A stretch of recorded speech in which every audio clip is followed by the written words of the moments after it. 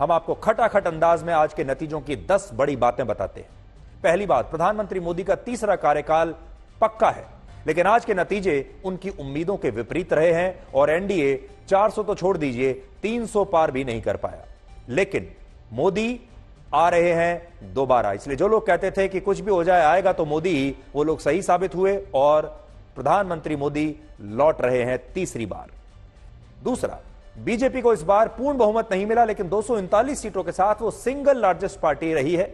और जब विपक्ष के पूरे इंडिया गठबंधन की 20 पार्टियों ने मिलकर 235 सीटें जीती हैं, तब बीजेपी ने अकेले ही पूरे इंडिया गठबंधन से ज्यादा 239 सीटें जीती हैं। तीसरा, देश में गठबंधन वाली सरकार का दौर एक बार फिर से लौट आया है। देखिए, ये एक बड़ा पॉइंट है, इस पर ध्यान दीजिएगा। गठबंधन सरकारों का दौर हमारे देश में लौट आया है और इस बार लोगों ने मजबूत सरकार का नहीं, बल्कि मजबूत विपक्ष का मैंडेट दिया है। आपको याद होगा, गठबंधन सरकारों का दौर प्रधानमंत्री मोदी की सरकार बनने के बाद से चला गया था, लेकिन अब गठबंधन सरकारों का दौर वापस लौट रहा है और जनता ने यही फैसला सुनाया है कि हमें गठबंधन सरकार चाहिए और हमें कोई ऐसी पार्टी नहीं चाहिए जिसे पूर्ण बहुमत प्राप्त हो। चौथा, बीजेपी को हिंदी पट्टी यानी जिसे हिंदी हार्टलैंड वाले राज्यों में जबरदस्त नुकसान हुआ है, जो कि उसका गढ़ होता था। और खास तौर पर उत्तर प्रदेश में बीजेपी को पिछली बार से 30 सीटें कम मिली हैं और अब उत्तर प्रदेश में समाजवादी पार्टी सबसे बड़ी पार्टी बन गई है और पूरे भारत में भी समाजवादी पार्टी तीसरी सबसे बड़ी पार्टी बन गई है। पांचवां पॉइंट, उत्तर प्रदेश में राम मंदिर का मुद्दा बिल्कुल नहीं चला और बीजेपी खुद फैजाबाद में, जिस क्षेत्र में अयोध्या आता है, वहीं पर चुनाव हार गई।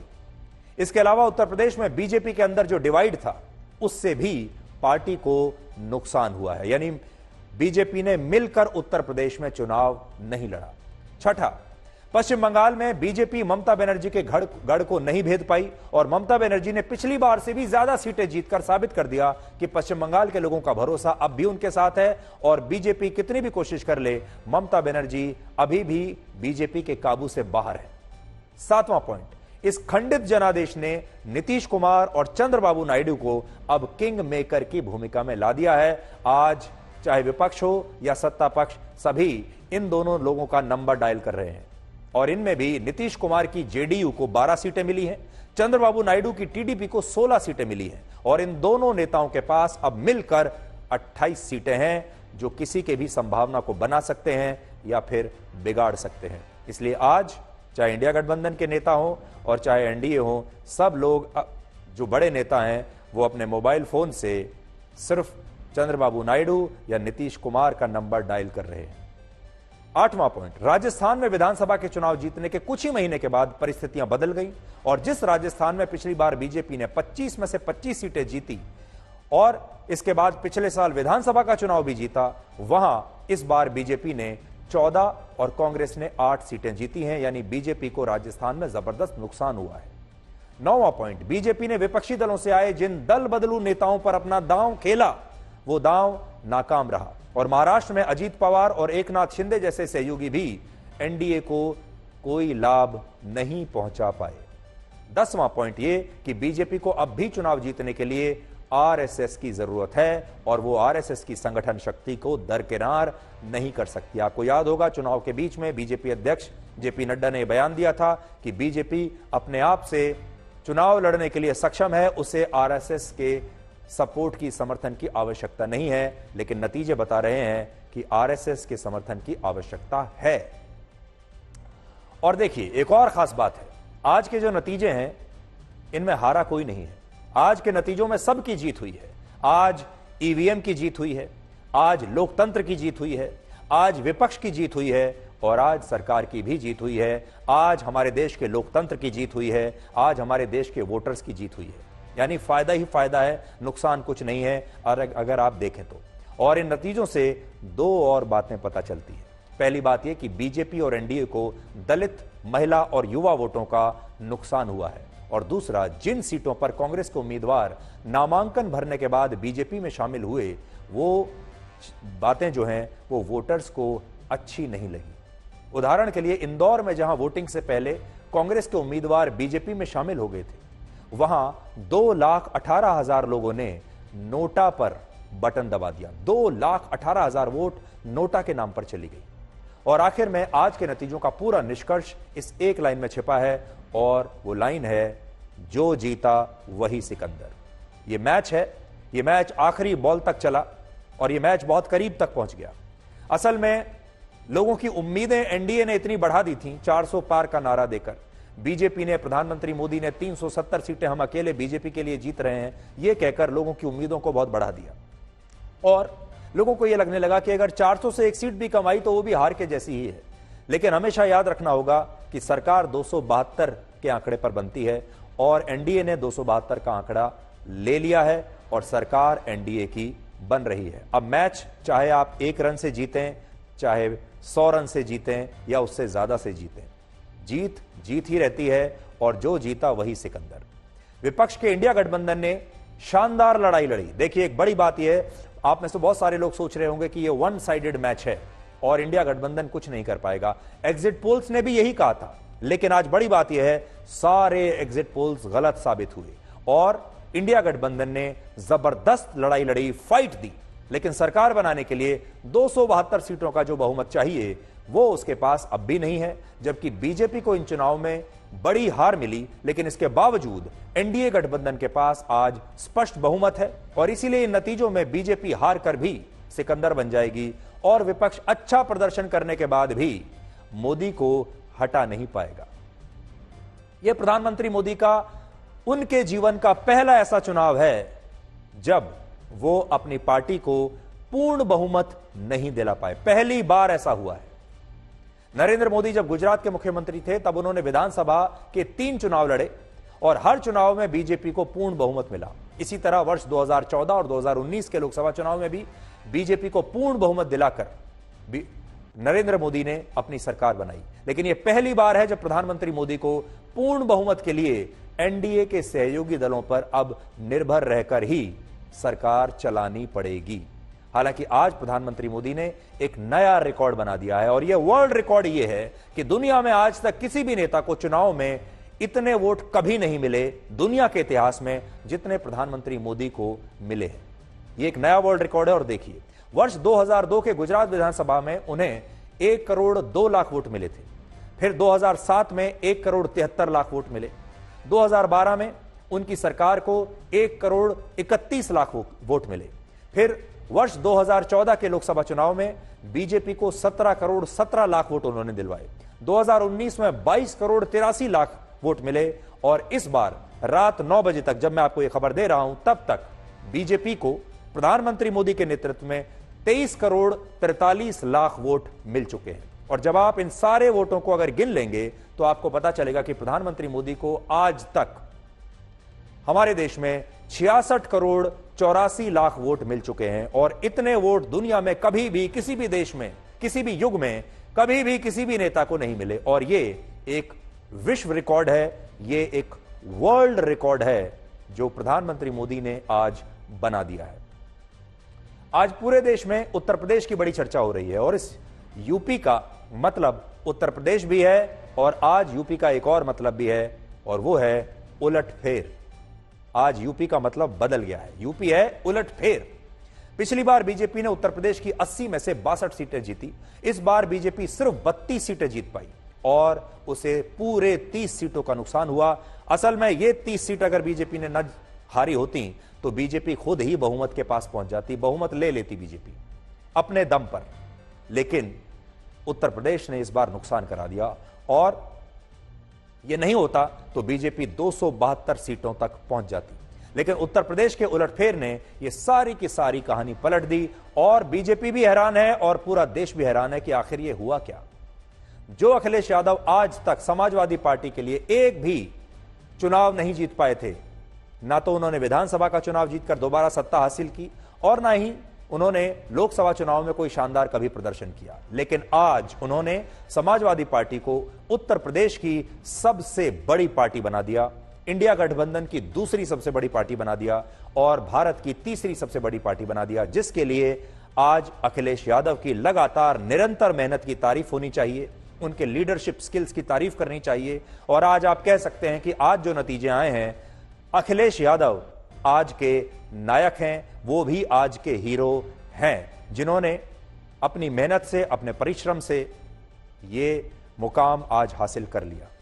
उत्तर प्रदेश में इंडिया गठबंधन को 80 में से 44 सीटें मिली हैं, जिनमें सबसे ज्यादा समाजवादी पार्टी ने 38 सीटें जीती और कांग्रेस ने भी देखिए इस बार 6 सीटें जीत ली हैं, जबकि बीजेपी को सिर्फ 32 सीटें मिली हैं। यानी इस बार उत्तर प्रदेश में इंडिया गठबंधन ने बीजेपी को पीट दिया है। बीजेपी इंडिया गठबंधन से उत्तर प्रदेश में ही हार गई। सबसे बड़ी बात यह कि जिस पूर्वांचल के गोरखपुर क्षेत्र से योगी आदित्यनाथ आते हैं और जिस पूर्वांचल की वाराणसी लोकसभा सीट से प्रधानमंत्री मोदी ने खुद चुनाव लड़ा, वहां बीजेपी 34 में से सिर्फ 12 सीटों पर जीत पाई और बाकी सीटों पर इंडिया गठबंधन जीत गया।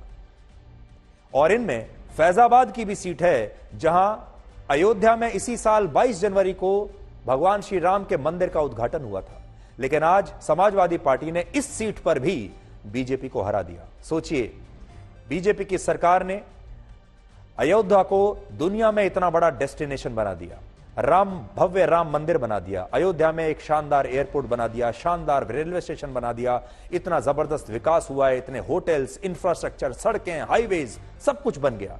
अयोध्या एक बहुत बड़ा सेंटर बन गया, लेकिन उसके बावजूद इस इलाके के लोगों ने बीजेपी को हरा दिया। और राम मंदिर का मुद्दा ना तो पूर्वांचल में चला और ना ही उत्तर प्रदेश के दूसरे क्षेत्रों में इसका कोई असर हुआ।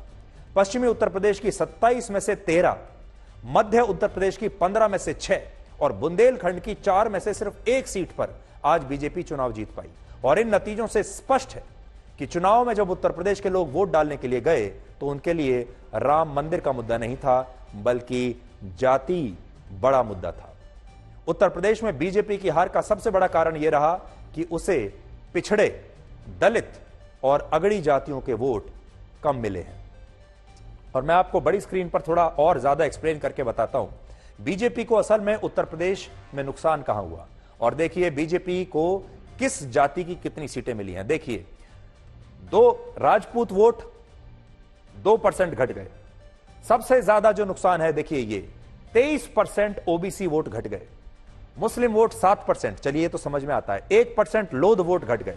जाट वोट 4% घट गए, बावजूद इसके कि आरएलडी के साथ, जयंत चौधरी के साथ उन्होंने समझौता किया था।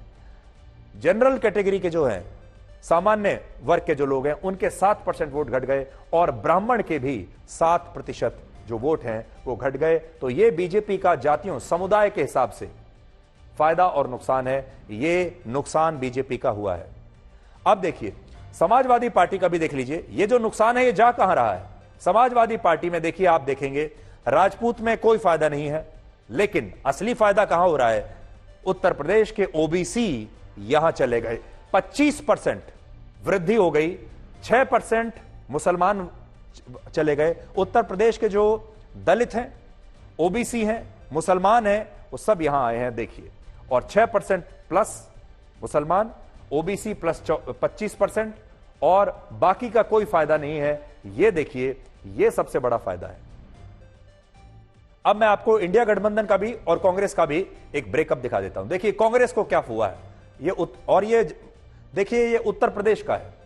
कांग्रेस में राजपूत 0, लेकिन ओबीसी 4% बढ़ गए और मुस्लिम वोट देखिए 0 ही है। उसका कारण यह है कि इस बार उत्तर प्रदेश के सारे मुस्लिम वोटर्स ने एक रणनीति के तहत कांग्रेस को नहीं बल्कि समाजवादी पार्टी को अपना वोट दिया है, क्योंकि ये दोनों मिलकर लड़ रहे थे।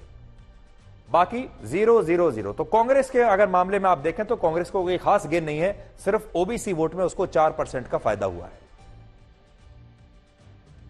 अब देखिए दूसरी तरफ मायावती की बहुजन समाज पार्टी को भी इस बार पिछड़े और दलितों के वोट नहीं मिले। सबसे बड़ा एक और कारण यह है कि मायावती इस बार परफॉर्म नहीं कर पाई और बीएसपी उत्तर प्रदेश में एक भी सीट नहीं जीत पाई। पिछली बार जब बीएसपी ने उत्तर प्रदेश की 38 सीटों पर चुनाव लड़ा था, तब बीएसपी को 19.4% वोट मिले थे।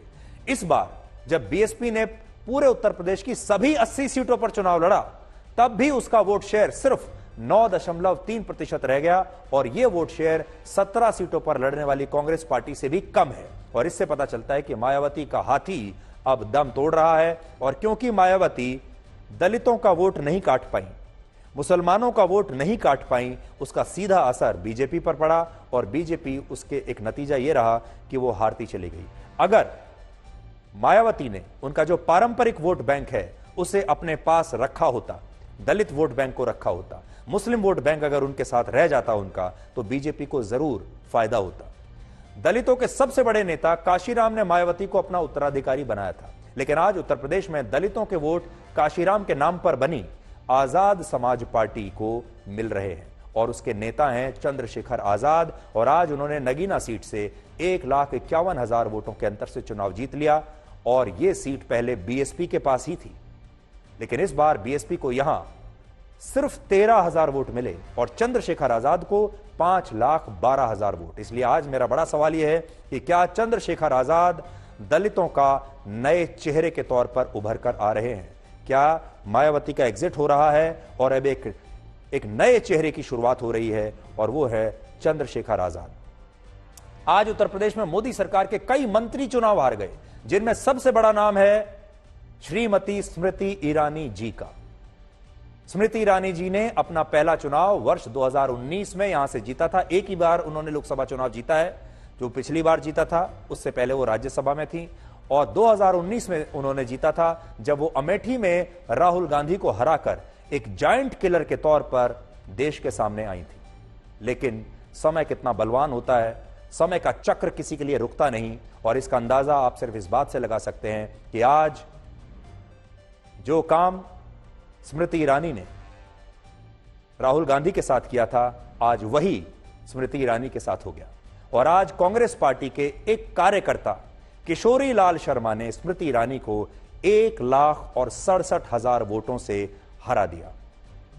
यह अमेठी में बीजेपी के लिए एक बहुत बड़ा नुकसान है और बीजेपी का इतना बड़ा जो नाम है उसका अमेठी में हार जाना, और वो भी राहुल गांधी से अगर हारती तब भी कोई बात थी, लेकिन कांग्रेस के एक कार्यकर्ता जो पहली बार चुनाव लड़ रहे थे, उन्होंने अपने पहले ही अटेम्प्ट में स्मृति ईरानी जैसी बड़ी नेता को उन्होंने हरा दिया। जो स्मृति ईरानी ने 2019 में किया था राहुल गांधी को हराकर, वही आज उनके साथ हो गया। इसी को समय का चक्र कहते हैं और इसीलिए हम बार बार कहते हैं समय बड़ा बलवान होता है और समय बदलते देर नहीं होती, देर नहीं लगती। लेकिन स्मृति ईरानी के लिए अभी भी बहुत गुंजाइश है, वो पार्टी में काम कर सकती हैं और हो सकता है कि बीजेपी उन्हें बहुत जल्द राज्यसभा में भी ले आए। स्मृति ईरानी के अलावा केंद्रीय राज्य मंत्री कौशल किशोर, अजय मिश्रा टेनी, महेंद्र नाथ पांडे और साध्वी निरंजन ज्योति भी चुनाव हार गई है। पिछली बार प्रधानमंत्री मोदी वाराणसी सीट से 4,79,000 वोटों के अंतर से जीते थे, लेकिन इस बार उनकी अपनी जीत का अंतर भी सिर्फ 1,52,000 वोटों का रह गया। जबकि राहुल गांधी इस बार रायबरेली सीट से 3,90,000 वोटों से जीते और वायनाड सीट पर राहुल गांधी की जीत का अंतर 3,64,000 वोटों का रहा है। यानी दोनों ही जगह राहुल गांधी ने बहुत अच्छे तरीके से, शानदार तरीके से जीत हासिल की है। जो डर उन्हें पहले चुनाव से लग रहा था, देखिए राहुल गांधी चुनाव से पहले डर रहे थे। अगर नहीं डर रहे होते तो रायबरेली से चुनाव न लड़ते, अमेठी से लड़ते। और अब ऐसा लगता है कि अगर उन्होंने अमेठी से भी चुनाव लड़ा होता तो वो अमेठी से भी बड़ी आसानी से इस बार जीत जाते, क्योंकि अगर केएल शर्मा ही अमेठी से जीत गए तो राहुल गांधी तो और भी बड़े मार्जिन से यहां से जीत सकते थे। लेकिन राहुल गांधी को कुछ आशंका जरूर रही होगी और इसीलिए उन्होंने वायनाड का चुनाव खत्म होने के बाद ही रायबरेली से अपनी उम्मीदवारी को घोषित किया। और जब राहुल गांधी और प्रियंका गांधी वाड्रा कांग्रेस पार्टी के दफ्तर आज पहुंचे तो आज उनका ऐसा स्वागत हुआ जैसे राहुल गांधी देश के अगले प्रधानमंत्री बनने वाले हैं और कांग्रेस पार्टी ने यह लोकसभा चुनाव अपने दम पर जीत लिया है। और इस दौरान उन्होंने प्रेस कॉन्फ्रेंस में यह भी कहा कि प्रधानमंत्री मोदी नैतिक रूप से इन चुनावों में हार गए हैं और यह जनादेश ईडी और सीबीआई के दुरुपयोग और सरकार की कार्यशैली के खिलाफ आया है। और आज उन्होंने उत्तर प्रदेश के लोगों को भी धन्यवाद दिया है। ये चुनाव हम बीजेपी एक राजनीतिक दल, हिंदुस्तान के इंस्टीट्यूशंस, हिंदुस्तान का जो पूरा गवर्नेंस का स्ट्रक्चर है, इंटेलिजेंस एजेंसीज, सीबीआई, ईडी, ये सब, आधी जुडिशरी, इन सब के खिलाफ हम लड़े थे। लड़ाई संविधान को बचाने की थी, कॉन्स्टिट्यूशन को बचाने की थी। मेरे माइंड में था कि हिंदुस्तान की जनता अपने संविधान के लिए एक साथ खड़ी होकर लड़ जाएगी, और यह सच साबित हुआ। देश ने नरेंद्र मोदी जी को साफ कह दिया है कि हम आपको नहीं चाहते हैं, and this is the main thing that this election has said. शायद बीजेपी के लोगों को यह बात समझ नहीं आई थी कि किशोरीलाल शर्मा जी अमेठी से बहुत क्लोजली कनेक्टेड व्यक्ति हैं, और इसलिए उनकी जीत निश्चित थी। उनको बारे में यह कहना कि वो पीए हैं, स्टनो हैं, ये बिल्कुल गलत है, ये ऑफेंसिव है, ये नहीं कहना चाहिए। उत्तर प्रदेश को मैं स्पेशल कहना चाहता हूं, आपने कांग्रेस पार्टी का, इंडिया गठबंधन का समर्थन किया, बहुत बहुत धन्यवाद। एक और बात यूपी के बारे में बोल देता हूं, इसमें मेरी बहन प्रियंका गांधी का भी काम है, जो यहां पीछे छुपी हुई है। ये जो रिजल्ट है जनता की रिजल्ट है, और ये जनता की जीत है और लोकतंत्र की जीत है। हम पहले से यही कह रहे थे कि ये लड़ाई हमारी मोदी वर्सेस जनता है, लोग हैं, विनम्रता से जनमत को स्वीकार करते हैं। भाजपा ने एक व्यक्ति एक चेहरे के नाम पर वोट मांगा। अब ये स्पष्ट हो गया है कि ये मैंडेट मोदी जी के खिलाफ गया है। ये उनकी राजनीतिक और नैतिक हार है। देखिए, ये बड़े अजीब से नतीजे हैं, और शायद पहली बार आपने ऐसा देखा होगा जब विपक्ष असल में हार गया है, लेकिन वो जश्न ऐसे मना रहा है जैसे अगली सरकार उन्हीं की है, जैसे उन्होंने मोदी को हटा ही दिया है। और एनडीए गठबंधन जीतने के बाद भी, बहुमत हासिल करने के बाद भी विपक्ष उनसे ये कह रहा है कि ये जनादेश आपके खिलाफ है। उत्तर प्रदेश के अलावा बीजेपी को हिंदी हार्टलैंड, यानी हिंदी पट्टी जिसे हम कहते हैं, ऐसे इलाकों में, इनके दूसरे राज्यों में भी काफी सीटों का नुकसान हुआ है। इस बार बीजेपी को महाराष्ट्र में 13, राजस्थान में 10, कर्नाटक में 8, हरियाणा में 5, बिहार में 5, पश्चिम बंगाल में 6, पंजाब में 2, झारखंड में 3 और गुजरात में भी, यहां तक कि गुजरात में भी 1 सीट का नुकसान हुआ है। और इस बार बीजेपी चंडीगढ़ की सीट भी हार गई है। अब देखिए, यह नुकसान जो हुआ है, ये सीटें गई कहां, तो मैं आपको बताता हूं। जो बीजेपी ने पिछली बार 303 सीटें जीती थी, उसमें से उन्होंने 68% सीटें अपनी बचा ली हैं, और 32% सीटें पिछली बार के मुकाबले बीजेपी ने गंवा दी हैं, यानी 96 सीटें बीजेपी ने इस बार गंवा दी हैं। अब देखिए, जो 96 सीटें उन्होंने गंवाई हैं, हारी हैं, ये गई कहां? इन 96 सीटों में से 43 सीट कांग्रेस ले गई। सोचिए, ये बताती है कि बीजेपी को असल में सबसे ज्यादा नुकसान कांग्रेस ने पहुंचाया। 43 सीटें कांग्रेस ले गई और 55 सीटें अन्य दलों के पास चली गई। तो ये एक, आप देख सकते हैं, एक ब्रेकअप।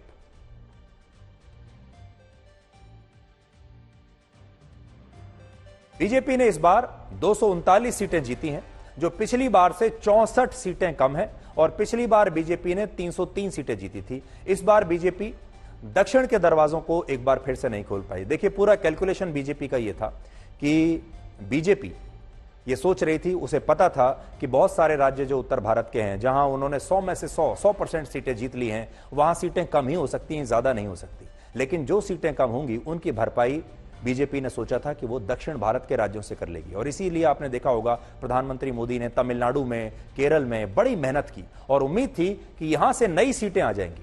लेकिन तमिलनाडु में इस बार भी बीजेपी का खाता नहीं खुला, और बीजेपी के वहां के अध्यक्ष के अन्नामलाई भी कोयंबटूर सीट से 1,10,000 वोटों से यह चुनाव हार गए।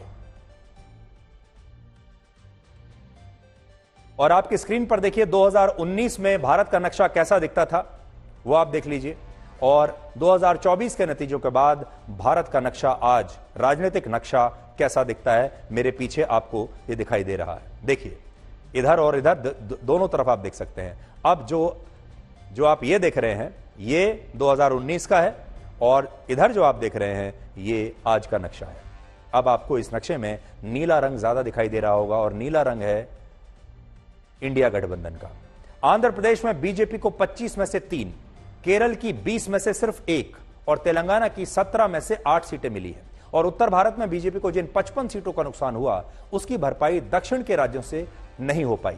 उल्टा बीजेपी पश्चिम बंगाल में भी बहुत अच्छा प्रदर्शन नहीं कर पाई और उसे इस बार वहां पर भी 6 सीटों का नुकसान हो गया।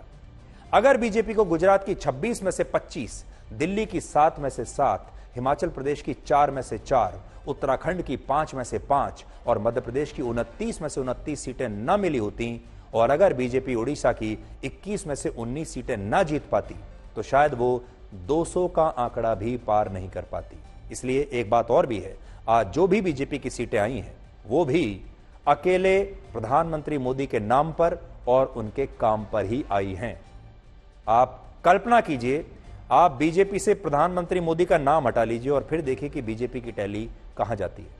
इसके अलावा एनडीए ने शहरी भारत की 200 में से 105 सीटें जीती और इंडिया गठबंधन ने शहरी भारत में 89 सीटें जीती, जबकि ग्रामीण भारत की 343 सीटों में से 186 सीटें एनडीए ने जीती हैं और 145 सीटें इंडिया गठबंधन ने जीती हैं। अब आप यह देखिए कि किस चरण में बीजेपी को कितनी सीटों का नुकसान हुआ। अब मेरी बात जरा गौर से आप सुनिएगा। जब पहला चरण हुआ था, शुरुआत जिस दिन हुई थी, आपको याद होगा पहले चरण के बाद ही देश में एक ऐसा माहौल बनना शुरू हुआ था जिसमें कहा गया था कि बीजेपी ने पहले चरण में अच्छा प्रदर्शन नहीं किया है और इस बार किसी की कोई लहर नहीं है और यह चुनाव बड़ा उदासीन चुनाव है और वोटर्स के बीच किसी प्रकार की कोई लहर नहीं देखी जा रही है। आप याद कर लीजिए जब पहला चरण हुआ था और पहले चरण में ही लोगों ने यह कहना शुरू कर दिया था कि इस बार बीजेपी की टैली गिर रही है, बीजेपी ठीक से चुनाव नहीं लड़ पा रही है। लेकिन धीरे धीरे चुनाव ने आगे गति पकड़ी और प्रधानमंत्री मोदी भी हर चुनाव के बाद मुद्दे बदलते चले गए और आपको याद होगा पहले चरण के बाद ही उन्होंने फिर यह मुस्लिम आरक्षण का मुद्दा उठाया था। तो सोचिए पहले चरण में क्या हुआ, बताता हूं आपको।